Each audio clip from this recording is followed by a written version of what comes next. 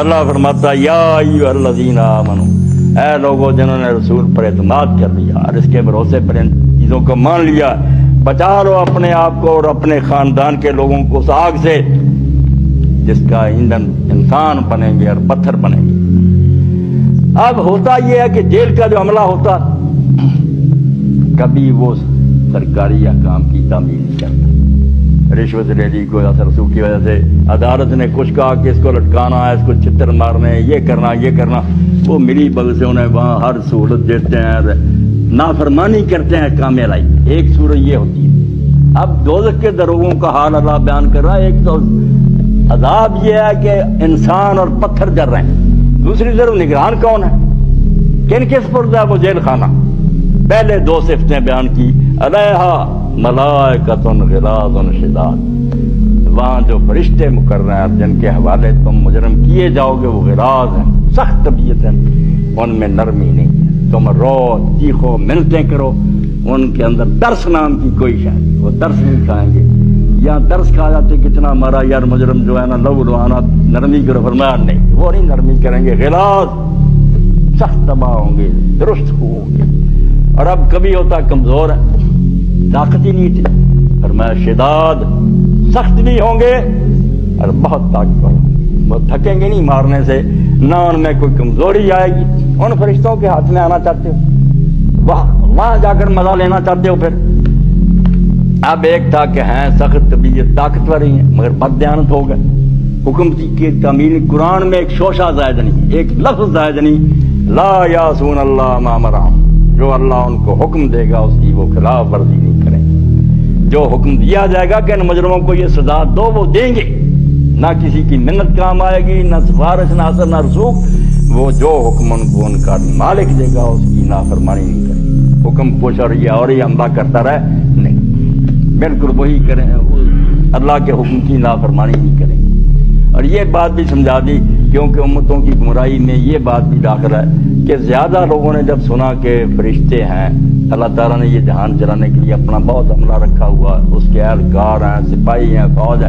تو ہندو لوگ اور بہت سے دوسرے مشرکین عربی گمراہ ہو گئے کہ جب سارے کام فرشتوں کے ہاتھوں سے ہو رہے ہیں تو ان کے ہیکل بنانے چاہیے، تصویریں اور مورتیاں اور مندر بنانے چاہیے، کوئی لات کا عزا کا منات کا، یہ کوئی مرد نہیں تھے، لات منات عزا سارے فرشتوں کی تصویریں، عورتوں کی تصویریں بنائی ہوئی تھی دیویاں، اور سجدے کرتے تھے، مددیں مانگ رہی۔ جب فرشتوں کے ذمہ کام اللہ نے لگائے ہیں تو مانگنا چاہیے۔ ہمارے لوگ تو ہے مگر جو کہتے ہیں فلاں پیر کو پوجو، فلاں پیروں کا تو ذکر ہی نہیں آیا کہ ان کے حوالے، یہ تو واقعی کارکنان قضاء و قدر،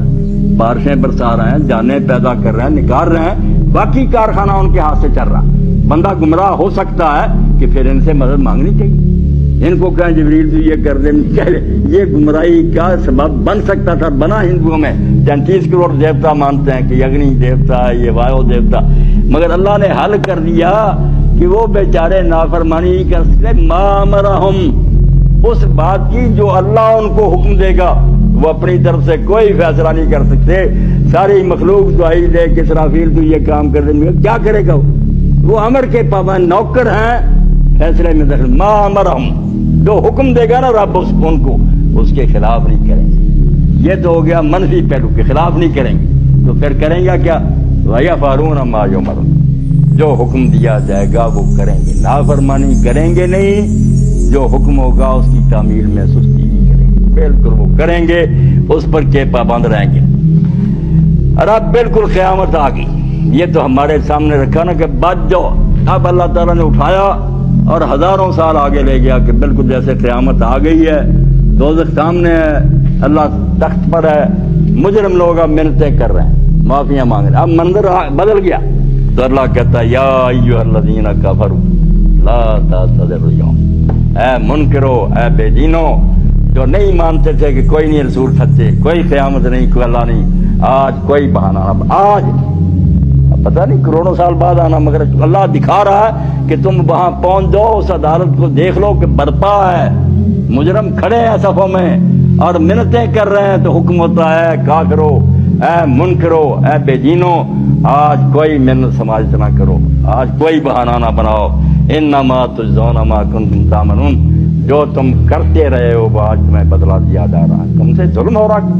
کوئی زیادتی کر رہا ہوں؟ جو کر کے آئے وہی بھگت رہے ہیں۔ اور اسی لیے بہت سے علماء امت کہتے ہیں کہ جنت کی نعمتیں اور دوزخ کا عذاب کوئی اپنی طرف سے اللہ نہیں نیا بنائے گا، ہمارے اعمال مجسم ہو جائیں گے، نماز حور بن جائے گی، علم دودھ کی نہریں بن جائے گا، جو لباس ہوں گے وہاں وہ تقویٰ ہوگا، ہر آدمی جو ہے نا اپنی نیکی پائے گا۔ اور اسی لیے جو قرآن مجید میں سورہ بقرہ میں آتا ہے کہ جب بھی نعمت ملے گی جنت کی، جب بھی، تو وہ کہیں گے یہ تو ہمیں پہلے بھی ملی تھی، اس لیے ملی کہ وہ دنیا میں اس کا تھوڑا سا مزہ چکھ چکے تھے۔ یہ نہیں کہ کلما رزقوا منا رزقا، کہ جب بھی انہیں رزق وہ ملتا جلتا، عام علماء یہی کہتے ہیں ملتا جلتا، یہ ٹھٹھا ہوگا لوگوں سے؟ ٹھٹھا نہیں ہوگا کہ شکل وہی ہوگی، مزہ اور یہ نہیں بات یہ ہے کہ وہ دنیا میں جب نیکی کرتے تھے نا تھوڑا سا سرور مزہ انہیں آتا تھا، جب وہ کسی مسکین کی مدد کرتے تھے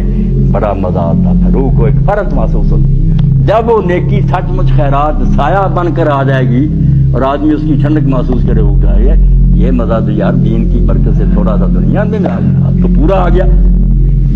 تو اللہ تعالیٰ فرماتے ہیں کہ وہاں عذاب جو ہوگا کوئی خون کے دریا میں گوتے کھا رہا ہوگا۔ رسول اللہ فرماتے ہیں خون تو پی رہے ہیں لوگ، یہ سود خور جو ہے خون پی رہے ہیں غریبوں کا، اب نہیں انہیں سمجھ آتی وہاں سچ مچ دریا ہوگا جس میں یہ گوتے کھا رہے ہوں گے۔ جب سر باہر نکالیں گے فرشتہ پتھر مارے گا، سر جو ہے نا پھٹ جائے گا، پھر اندر چلا جائے گا، پھر نکلے گا، ٹھیک ہو گیا سر، پھر وہ یہ خون کے دریا میں گوتے کھائیں گے۔ زانی لوگ جو ہیں وہ بدبودار گوشت کو کھا رہے ہوں گے کہ حلال میسر تھا، حلال کی طرف حرامیوں تم نہیں گئے، یہ ناپاک گوشت کھاتے تھے، اب کھاؤ یہ سڑا اور پسا ہوا۔ تو وہاں ساری نیکیاں اور بدیاں ہی سامنے آئے گی، اللہ کہے گا تمہاری کی ہوئی چیزیں آ گئی سامنے، میں نہیں بھی کچھ بھی کہہ رہا۔